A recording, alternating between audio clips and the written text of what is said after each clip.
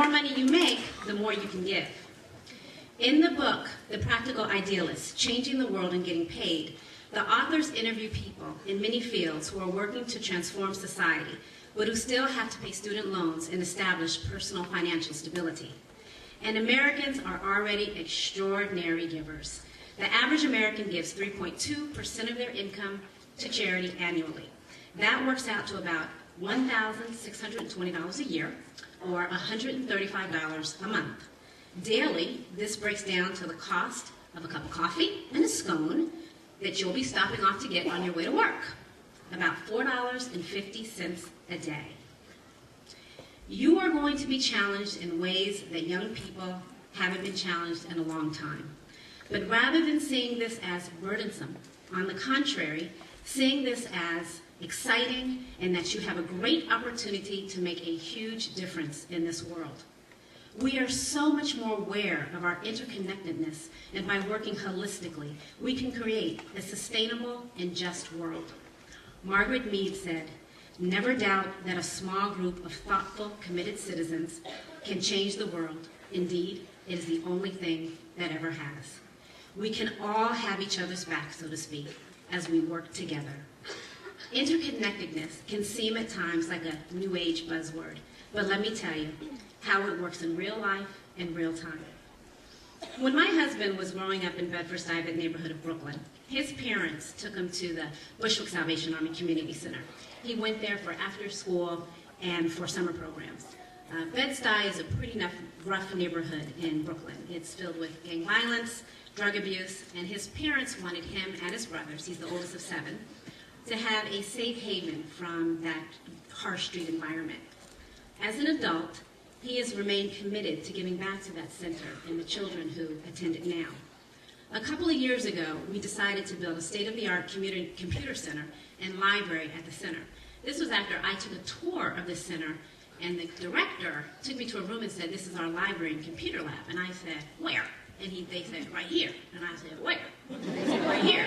And I said, "Well, how is it a library and computer lab when I don't see any books and there's no computers?" So we decided to change that. And during that time, we really got to know a lot of the children there. Around the same time, we decided to go to South Africa on vacation. And unlike most of my visits to the continent, this was not for work, but for pleasure. We went on safari and visited Cape Town, and even had the privilege to visit Mr. Mandela, or Madiba, as he's affectionately called. But it did not feel right not to incorporate service into the trip in some way. So during the last part of the vacation, UNICEF set up a visit to a shantytown in Johannesburg of about 250,000 people called Diepsloot, where poverty is crushing and the devastation from the AIDS epidemic is profound. 1 in 6 people in South Africa is living with HIV/AIDS. After visiting with several grannies who are raising their orphan grandchildren in tin shacks with no electricity or running water and getting ready to leave, one grandmother stopped me and said, "What are you going to do?" I said, "Excuse me?" She said, "What are you going to do?" I said, "Excuse me?" She said, "I am so sick of people walking through here and staring at us and taking pictures and leaving. What are you going to do?" I said, "What do you want me to do?" She said, "We need to make money to send our grandchildren to school. There's no public education on the continent of Africa." This go-go called me to act. I told her, "I'll come back and I'll see what you need." She said, "You're right." 3 months later, I went back to that exact same logo, and I said, "I'm back. What do you want me to do?" I am now running income-generating programs in that very same area, Diepsloot, for that go-go and 22 more go-go's. We are taking care of over 100 orphans, and it's just what one person can do when they're called to act. And then I had an idea. What if I brought the youth that we worked with in Brooklyn to volunteer in South Africa for 4 main reasons? To introduce kids who have never left New York to travel. Travel allows you to dream, right? To introduce kids who are in the receiving end of aid to the giving end of service. To allow kids in the U.S. to understand the inherent blessings that they have once they realize what third world poverty is.